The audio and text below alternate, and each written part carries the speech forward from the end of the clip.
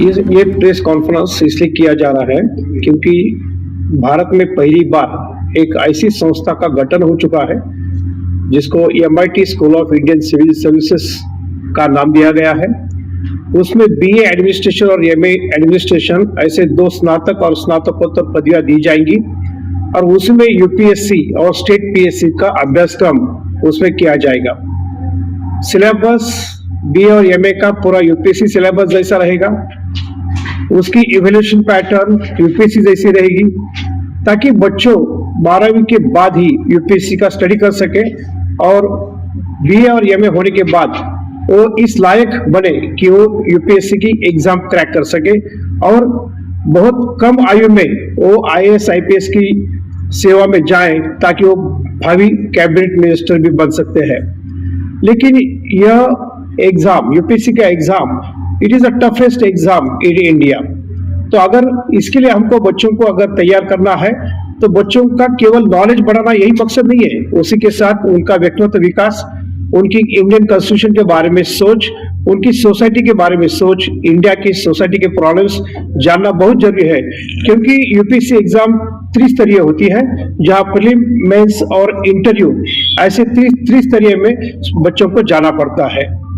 MIT ADT के कुलपति doctor Mangesh जी कराड उन्होंने यह संस्था बनाई है,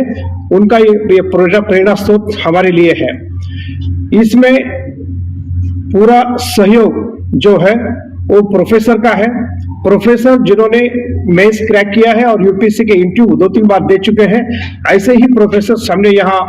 बच्चों को पढ़ाने के लिए नियुक्त किए गए हैं ताकि बच्चों को एग्जाम ओरिएंटेड अप्रोच मिल सके।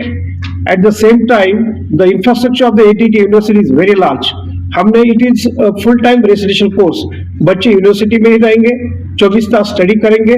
और उसी के साथ उनका व्यक्तित्व विकास के लिए yoga, meditation, sports, group discussion, presentation, field visit, NGO की विजिट, ये सब हमने उसमें एकेडमिक करिकुलम का भाग बनाया है ताकि बच्चे NGO में जाए, सोसाइटी के प्रॉब्लम्स पढ़े, सोसाइटी के लिए क्या क्या करना पड़ता है क्योंकि ये प्रशासनिक बच्चे अगर जब प्रशासन में जाएंगे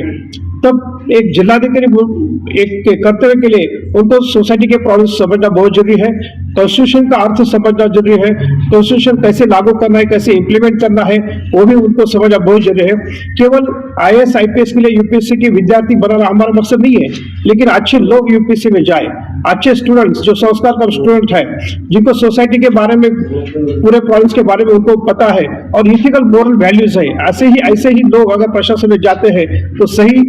मायने में जो गवर्नमेंट की पॉलिसियां हैं ये निचले स्तर तक जाएगी और हम जो चाहते हैं कि 21वीं सदी का भारत एक महान और संपन्न राष्ट्र बने तो यही प्रशासनिक अधिकारी उसमें अपना योगदान दे सकते हैं। कहाँ पे यूनिवर्सिटी खोली जाएगी? दूसरा, जो गरीब बच्चे हैं क्या उनके लिए भी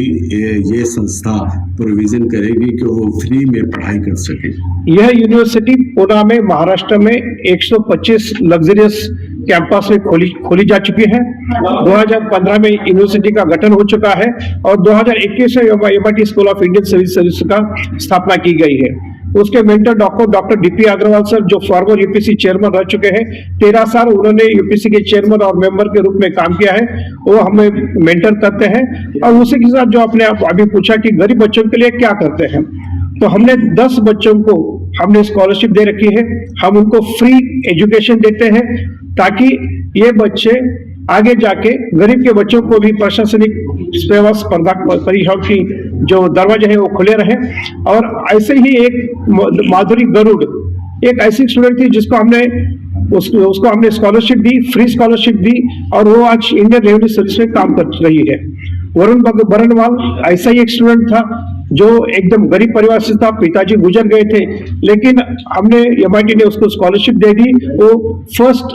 अटेम्प्ट में 32 रैंक आ गया और वो IAS